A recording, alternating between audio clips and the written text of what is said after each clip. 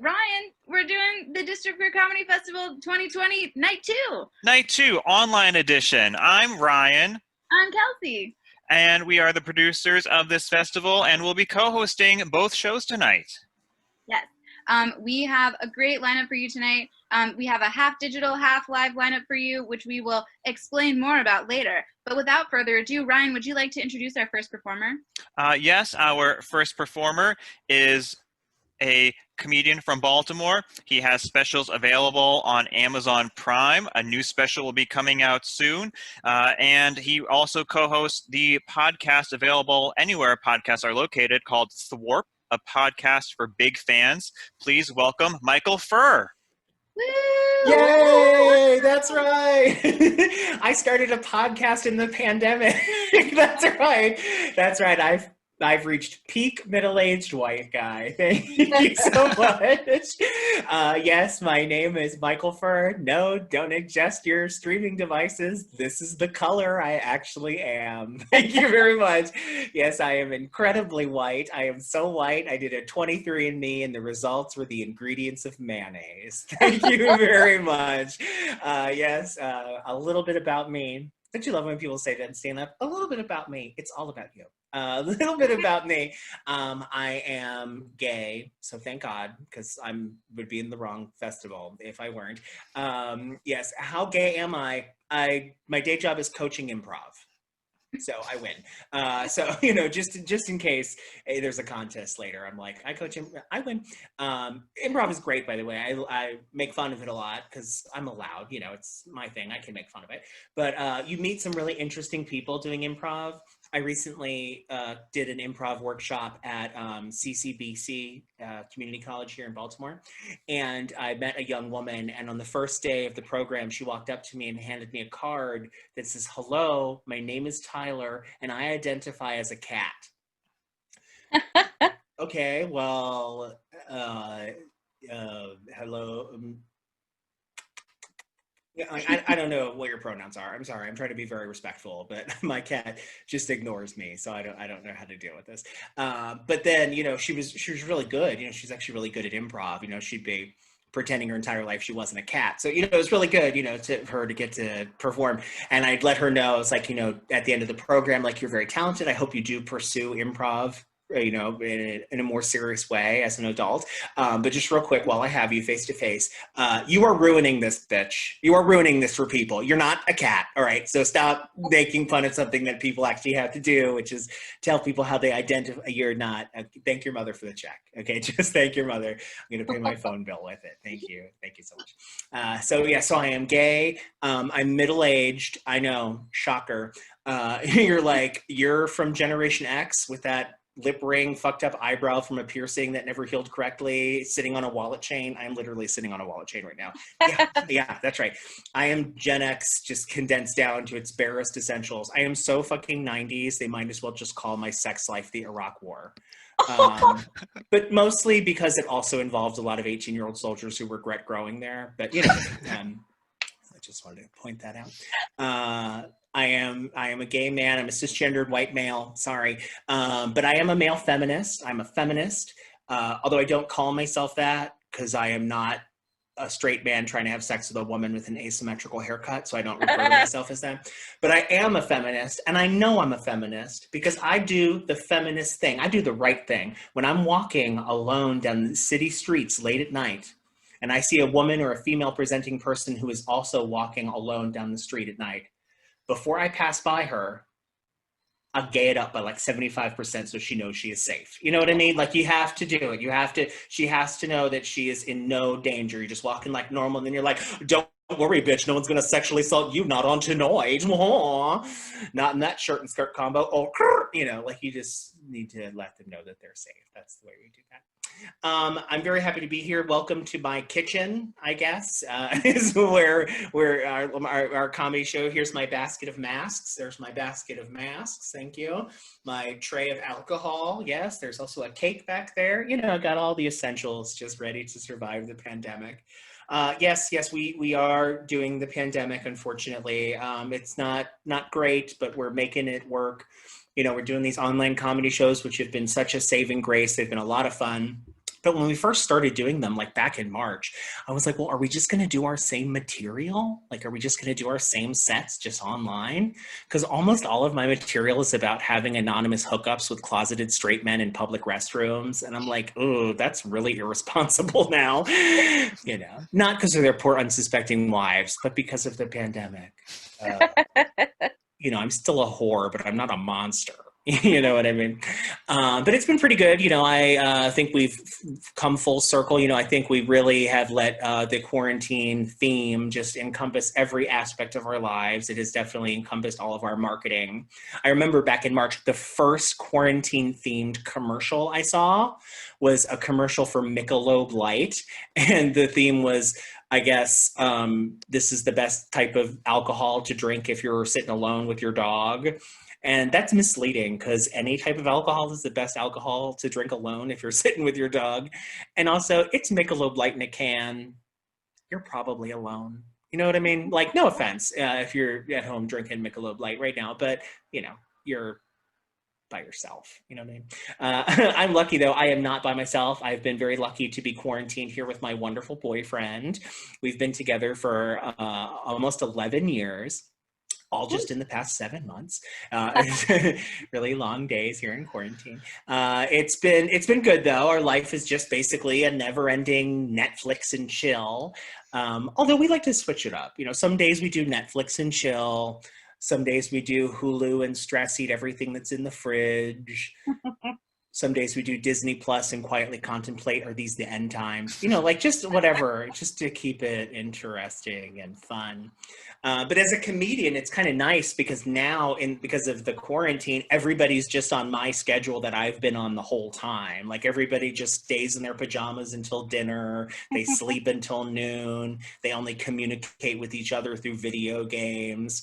And I'm like, wow, I didn't know I was so responsible and that I was self-isolating. I just thought I was depressed for the past 20 years. Just really ahead of the game, I guess. Good on me. But I have to say, there's certain aspects of the quarantine that I like. Like there are certain things that I like. Like actually, I kind of do like wearing the mask. I do kind of like wearing the mask because, well, you know, ninjas are cool, of course. But also because I'm one of those people where if you're meeting me for the first time, the more you can see of my face will only confuse whether or not you think I am attractive. Does that make sense? Like I'm saying, like, if you meet me for the first time and you're like, is this guy, Michael Furr, attractive? More you see of me will only confuse you. And I know what you're saying. Like, that's not cool. But the more of my face you see, it will the more of my body will see will also confuse you. But we're talking about the face right now. And also, I don't need to show you my face for you to know it's me. Like, I have worked very hard to curate a look for myself where facial features are not important. Like, I'm like a Hanna-Barbera character. Like, even with all of the facial features obscured, you're like, ooh, that is Snagglepuss. Like you know who it is. You don't have to see my face to know it's me. You know, I'm like a Cyrano de Bergerac type. Like I'd rather be hidden in the shadows trying to woo you with my words. Except instead of a big nose, I just have like the general grossness associated with being a man in his 40s, which is when we start to rot slowly. I don't know if you knew that. I have had to do a lot of middle-aged guy things lately. I have had to do all of the middle-aged guy things. Like I had to get my teeth fixed. And I know what you're thinking. Yes, this is fixed. Yes, several thousands of dollars and a few dozen dental and periodontal appointments later, and I've been upgraded from pirate skeleton to creepy jack-o'-lantern carved out of one of those weird white pumpkins. Thank you so much. I went and got myself a really ball-busting, no-nonsense German dentist, and I was like, do whatever you need, get in there, rip them out, fix them, I don't care what you need to do. And she got in my mouth, and the very first day, she goes, Mr. Furr, not a single one of your teeth are straight. And I was like, bitch, nothing that's ever been in my mouth is straight. High five. And she was like, I don't know what that means. But that's okay. You know, it's been all good, you know, but being middle-aged, it's a double-edged sword. You know, you have to do things like start taking care of yourself. You know, I just found out I have high cholesterol, you know, so I have to start working out, which is a bummer. I had to get my teeth fixed, you know, all kinds of stuff. But you get to start doing fun middle-aged guy stuff, like play fun middle-aged guy games, like, have I fucked this waiter? Oh, that's a great game. That is a super fun game. It starts where you make eye contact with a server and you're overcome with a sense of fear and dread, and you're like, ugh, have I fucked this waiter? And then you uncomfortably order an appetizer or entree or an alcoholic beverage of your choosing while trying to avoid eye contact while you go through the mental Rolodex of all of the servers that you have had sex with in the past 20 or so years. There is no winner to this game, but you have to play it forever. It's like the box from Hellraiser, basically. But it is a lot of fun. It's a lot of fun. I had to go to the hospital recently. I had to go to the emergency room. It wasn't for COVID, but I had to go to the emergency room, and that's fun too because you get to play everyone's favorite waiting room game, which is what's wrong with that guy? You know, that's a fun game. You know, you're like, oh, is that contagious? Oh, is that what's wrong with you? Or do you just look like that? You know, all the fun games that you get to play at the hospital. But it's hard being a gay man at the hospital because I know that everybody's looking at me and they're like, he got something stuck up his butt. That's right. And I know, and they're wrong because that's not why I'm there this time. I'm there because I had a weird rash. So before I leave you, I would like to play a quick game with you, and it's called The Next Gayest Thing. And the way it's going to work is I'm just going to grab things at random that are nearby me, and you're going to guess if there's a thing that's gayer that's also just within arm's reach. So my first gay thing that I can get is a hand-painted doll sold to me by a drag queen that I made a dress from an old scarf. Okay, that's right, yes. Do you think there's something gayer than that nearby? Do you think so? Yes. Yes, you do. All right, I think you're right. So the next gayest thing would be a custom-made fan that I got specifically to match this hat. Yes, that's right. That is my biggest fan. Yes, that's right. Yes, that's very good. Do you think there's something gayer than that, though? Yes. You're right, because I also just within arm's reach also have a lace front wig. Yes, just randomly sitting here in my kitchen just in case it pops up. You never know what might come up on these Zoom shows. Do you think there's anything gayer than that? Yes. Yeah. You're right. Oh, look, it's a DVD of my comedy special, Straight Acting, available on Amazon Prime Video, iTunes, and anywhere else you can stream or watch hilarious comedy specials.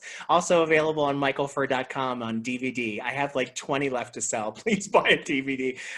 Thank you all so much. My name is Michael Furr. Good night, everyone. Yay. Oh man, give it up for Michael and check out his specials on Amazon Prime and also buy his DVDs. Up next, we have Heather Marie Vitale performing as Becky, who is 8 years old from Chicago, Illinois. Everyone's got people in their lives that get them down, you know? They're mean or rude or just plain stupid. Mine is a boy in my class, Kevin. He's always such a jerk to me. He pranked me the other day by playing a recording of farts when I got up to give a presentation in science class. Now everyone calls me Becky Fart Monster. Guess the rest of my class sucks too. Kevin's been like this since I've known him, and that's since preschool. So it's been a really long time. He has a lot of older brothers and sisters and cousins, and my mom says he's just acting out for attention, but I wish he gave his attention somewhere else. I also think it's gotten worse since he's got famous. Maybe you've heard of him. Kevin McAllister? Last year at Christmas, his family accidentally left him at home alone when they went to Paris on vacation. They're so rich. And then these robbers came to try to steal everything, not knowing that Kevin was home. And Kevin fought them off by booby-trapping the house. It was huge news around here, and they even made a stupid movie about it. Now everyone knows Kevin McAllister, how he saved his house from burglars. Yeah, I saw that movie. Everyone was laughing every time Marv and Harry fell or ran into something or got hit in the privates, but I was horrified. Those poor men. Yeah, okay, I know stealing is wrong and they were the bad guys, but they were after Kevin, and I support that. They were really committed, but Kevin was just so cruel. He tarred and feathered them, burned their hands with doorknobs, made them walk on nails, dropped hot irons on their faces, shot them with BB guns. He used a blowtorch on their heads. Why didn't Kevin go to jail for cruel and unusual punishment? I think the robbers were treated unfairly. Okay, yeah, they were breaking the law, and yeah, they were going after a little kid, but Kevin was vicious. In class, we learned about standing up for yourself with civil action, so I took to the police station.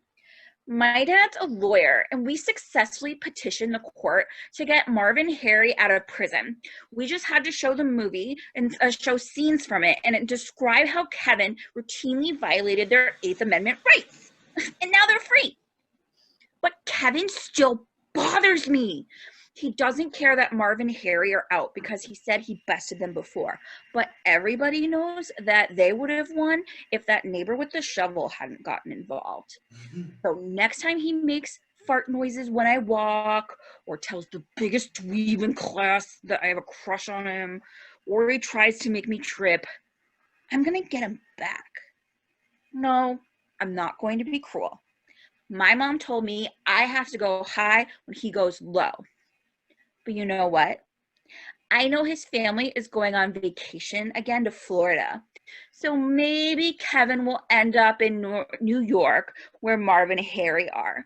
And I have their numbers on speed dial. Suck it, Kevin! Woo! Ooh, thank you so much, Heather Marie. Oh man, Ryan, is that the end of our performer list tonight? It's not the end of our performer list. We have 2 more performances, but they're not live. What are they, Kelsie? They're recorded. You can catch a performance of our very own Ryan McClure's digital short Plush One on our Facebook page right now. It was there while you were watching Heather Marie. It appeared magically. Whoa. So magic. Thank the gays for magic. Also, you can catch a performance from UK-based improv group Aubergine, or Eggplant if you're American, on our Facebook page as well. So go ahead and check those out. They're on the page that you're already watching this video on, so why not? Yeah, so that's the end of our 8 o'clock show. We have another live comedy show coming up at 9:30 featuring an entirely different set of performers. And then we have at 11:59, we'll be posting a midnight showing of a comedy pilot featuring many of the performers that have performed tonight and last night. So check all those out on our Facebook page, and we hope to see you at 9:30. Bye.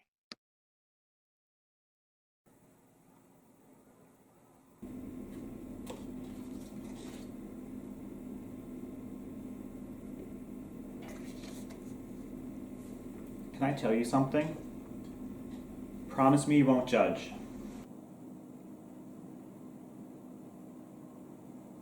Aside from the pandemic, which is awful and terrible, and I don't want to make light of the situation, but I'm loving social distancing. I can just be an introvert. I don't have to go to work. I don't have to see people. I don't have to talk to people. I don't have to pretend to be interested in what people are saying. And I don't have to go to another brunch and listen to what someone's baby has done. I don't care about what babies do. I'm living my best life. Babies are awful and selfish. When has a baby asked how my day has been going? Never. See, this is why I know we're meant to be together, because we're on the same page.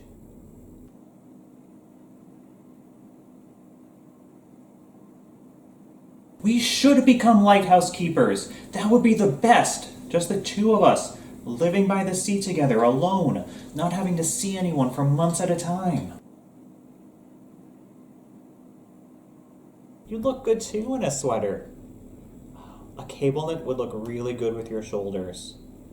And if you grew a beard, you'd be like a sexy sailor. Like a sexier sailor.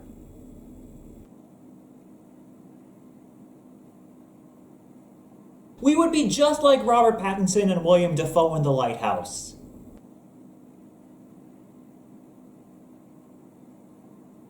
Oh, they definitely had sex. There was so much sexual tension between the two of them. Why do you think Robert Pattinson was jacking off with the mermaid statue in that shed? Because of the sexual tension that they hadn't released yet by doing each other.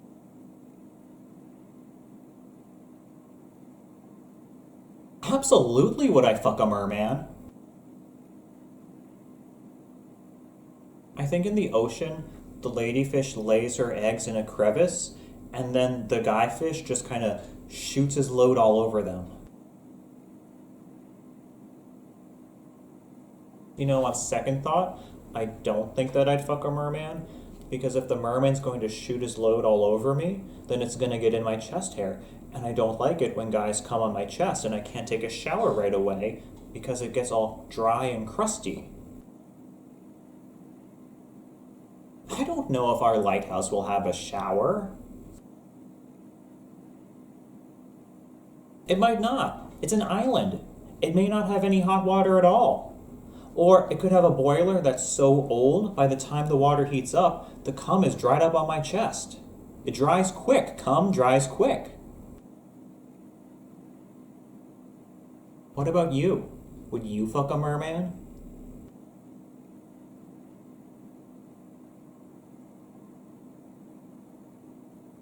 King Triton from The Little Mermaid? That's who does it for you?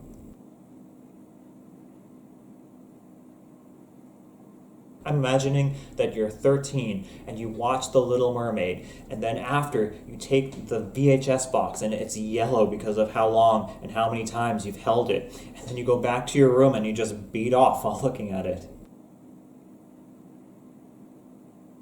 He was on the cover. It was him, and it was the castle, and Ursula in the background, and then in the foreground, it was Ariel and the prince, and then Sebastian and Flounder.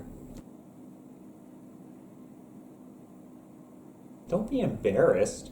A lot of guys had their sexual awakening with The Little Mermaid. For the majority, it was Ariel, and for the gay ones, the prince. You're just in the subsection that really liked King Triton. This does explain your thing for daddies, though. I promise I won't tell. Besides, who am I gonna tell?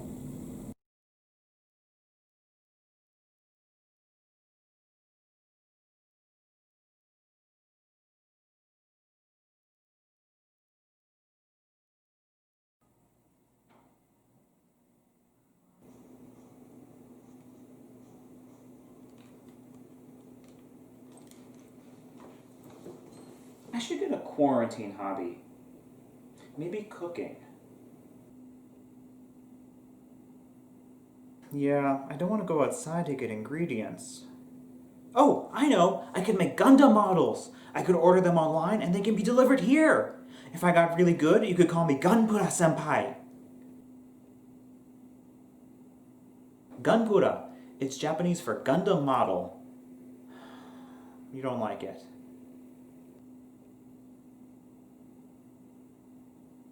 I know, knitting! I could make us matching hats. Or sweaters! You would look so good in a sweater with your shoulders. I don't bail on hobbies. I got a guitar! I wrote your name in calligraphy. It's smaller, so it should be easier to learn.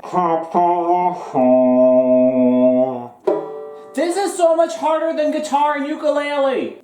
Well, when you say them all out in a row like that, yeah. Yeah, you're right.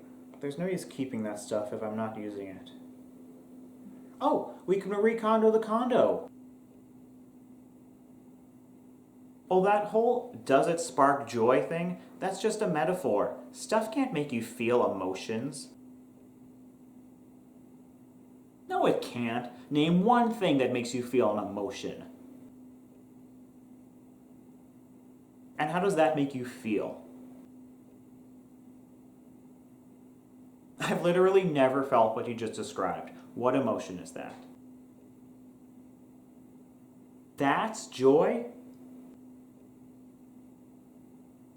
I felt joy before. What about when you're hungry and then you go out and eat food? That's joy. Yeah, you're right. That's just not being hungry. Oh, what about when it's cold outside and your hands hurt, so you put gloves on your hands and your hands don't hurt anymore? That's joy. You're right, that's just not being cold anymore.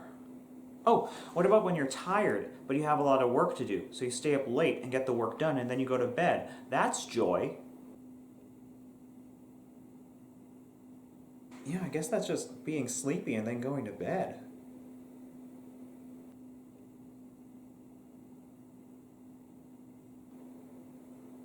I think I've never felt joy before. Like in my life. Is that weird?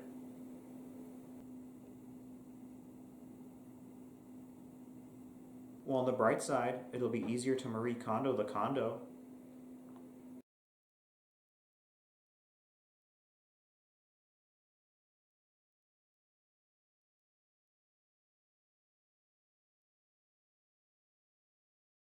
Hello, we are Eggplant Improv, and we're going to do a short little bit of improvisation based on some of your bad date stories. Now, we've got some suggestions via Facebook, so I'm just going to go and have a look at what we've got. So, Stephen, are you ready for this? I'm so ready.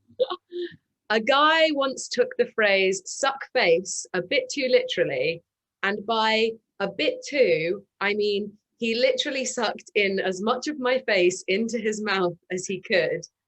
If he was telling the truth about himself, he'd been in a relationship that lasted 7 years. You cannot go 7 years kissing like that, surely. I deduced that he'd just always wanted to try really sucking face and thought I was his best shot. Oh my goodness. Audrey, I'm so sorry that you had to go through that.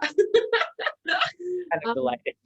Yeah, I mean, who hasn't made kissing mistakes when they first start out, you know? I'm not going to elaborate on that further. We're Eggplant. Let's do a show.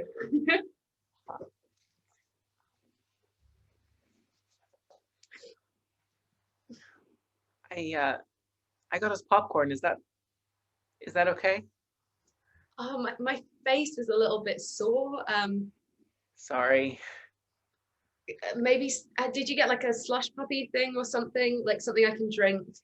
Something that's less chewy? No, I don't drink during movies. I just, because then I have to get up and I can go get you one though. Yeah. That would be great. Thank you. Can you hold this? Yeah. Thanks. Thanks.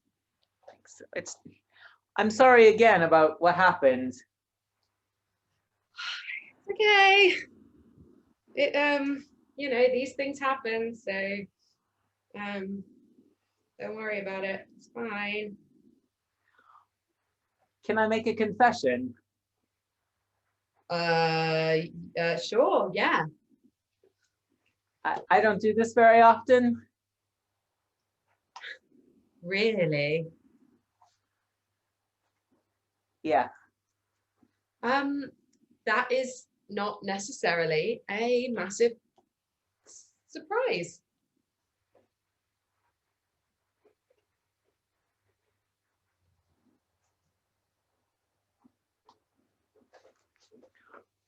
Is blue all right? Oh, blue's great. I mean, usually I'd go for, you know, the mixing the two thing, but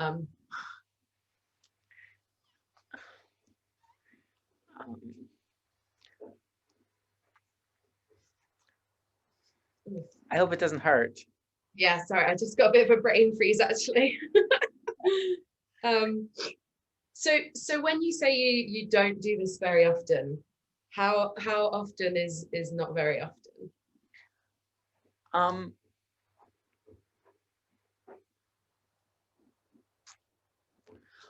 I went to a school dance with a group of friends, and one of them got a bit drunk and kissed me. And well, I met one other person once, and we had a picnic in a park, and it was really nice. And all I really remember is that she made me say her name a whole bunch of times because apparently people didn't say it correctly very often. Um, What was her name? Paula. Paula. I'm Paola. pretty sure that's how you say it. And yeah, she also kissed me just once. It didn't really work out though. Hang on. So you've only ever kissed 2 people in your whole life?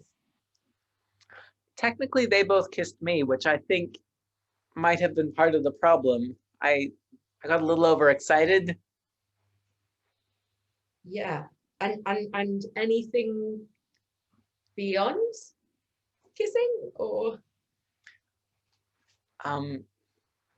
No. Wow. Okay. Wow.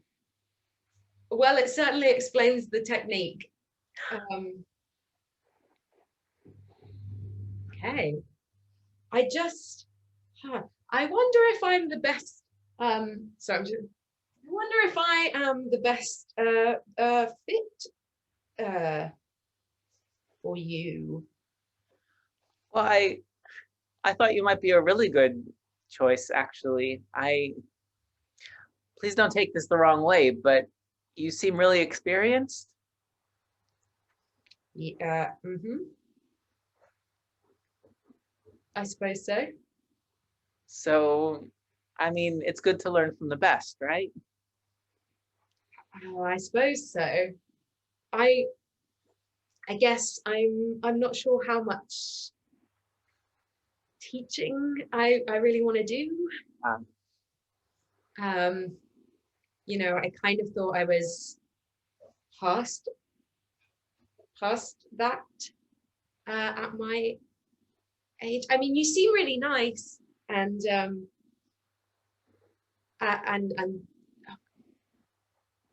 don't know, maybe I'm being unfair. That's okay. You're either into it or you're not. Well, I mean, maybe we could try, you know? No, that's fine. I respect your boundaries. Do you want to watch the movie anyway? Yeah. Let's just watch the movie, see how watching the movie goes, yeah? Okay. And then maybe we can see about the other stuff. Maybe we could maybe you could do some Googling and then come back. I don't know. That's fair. Or like I actually saw, did you, I don't know if they had this where you came from. So when I was younger, when I was at school, they used to have this program on like one of the music channels that would come on late at night called like Sexcetera, and they would basically like explain some sex things or like show fetishes or like kind of taboo sex stuff. So obviously when I was a teenager, I would stay up and watch it because like it's fascinating. And there was an episode where there were these women who like take guys pay them to like take their virginity and like teach them how to be good at it. Maybe we could send you off to one of them. Wow. We're living in the future. I'm sorry. I don't mean to laugh at you. Like, I'm sure lots of people get to your, how old are you? 37. Oh, fuck. Okay. I've I'm just got sure other lots of priorities. your age haven't ever done it. You know, priests and nuns and people like that. Yeah. Anyway, thanks for being understanding. Sorry, I'm really trying. I just haven't met anyone like you before. That's fair. It's not a bad thing though. Come on, we're gonna miss the previews. Okay, yeah, let's do it.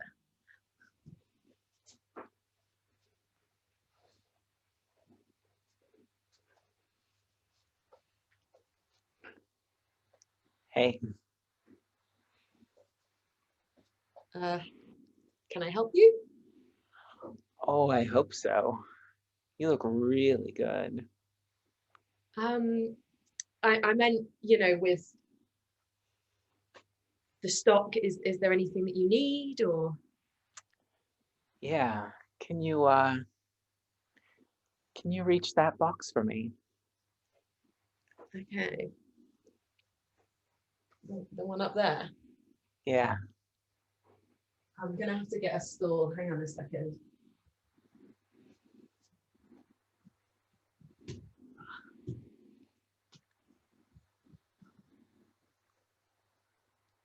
Okay. Here you go. Sorry, hang on. There you go. Thank you.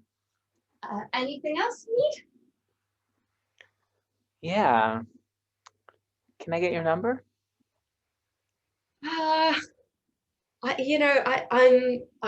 don't know what the corporate policy is on that. So how about I just ring up your purchase? Yeah. Yeah, I'd like that. Thank you. Do you want to come over to the till with me then? Yes, I do. Okay. What you? Jamie, are you there? Oh, cool. Thank you. Yep, I will put that through. £25.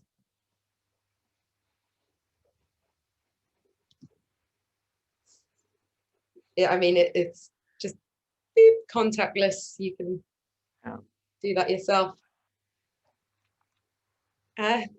Thanks very much. I've made you feel awkward. A little, yeah. Sorry. You don't seem that sorry, I'm gonna say.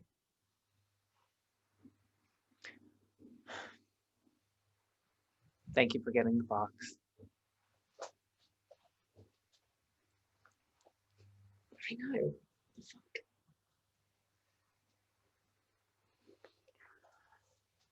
You know what annoys me is guys who think that just because they show you the bare minimum of like human respect and kindness, that means you automatically should be fucking them. Tell me about it. It's like, I'm still a human being, you know? I shouldn't have to wear a burqa to be allowed to just walk around without men treating me like I'm just something to put their dick in, you know? Oh, I hear it. And like, I'm the bad person if I say no. Right? The ego and entitlement, my goodness. I was chatting with a guy on Grindr a couple of months ago, and he was so convinced that he was so hot and I should be so grateful to him for having shown any interest, that the second I like asked for more pictures and, you know, inquired about his job and his hobbies, he was instantly just super aggressive, because he was like, no, none of that. You should be grateful. You're like a 4 and I'm like a 9. What? Genuinely said that. And I just, yeah. What did you say to him? Well, I blocked him, but Good, good. right. But like the assumption that being hot entitles him to something, same thing. Yeah. Yeah, it's like I'm a human being, regardless of whether you want to fuck me or not, right? Like, and men are generally pretty polite to each other without expecting something in return. But there's a lot of guys who label themselves as nice, who think that like, if you put in enough niceness, sex comes out, you know? Like I'm just a machine for you to stick your dick in. It's really frustrating. I have a quote for you. I've forgotten who said it, so it's a poor anecdote, but I'm going to say it anyway. Homophobia is the fear that men will treat you the way you treat women. That's, yeah, exactly. Exactly. And it's Right. always those guys. It's always, yeah. It's always the guys that I know would also be fucking horrible to you if I introduced you to them. You know what I mean? And I'm like, yeah, I don't want to fuck you because you seem like a twat. Well, tell you what, I don't want to fuck you. Thanks. Shall we get some tea? Yeah, that sounds good. And that's our show. Thank Yay. you so much for watching. I had a lovely time. I feel like we ended on a strong moral high note. Delightful. We did. Oh, thank you so much to District for having us, and hopefully see you in another Zoom room soon.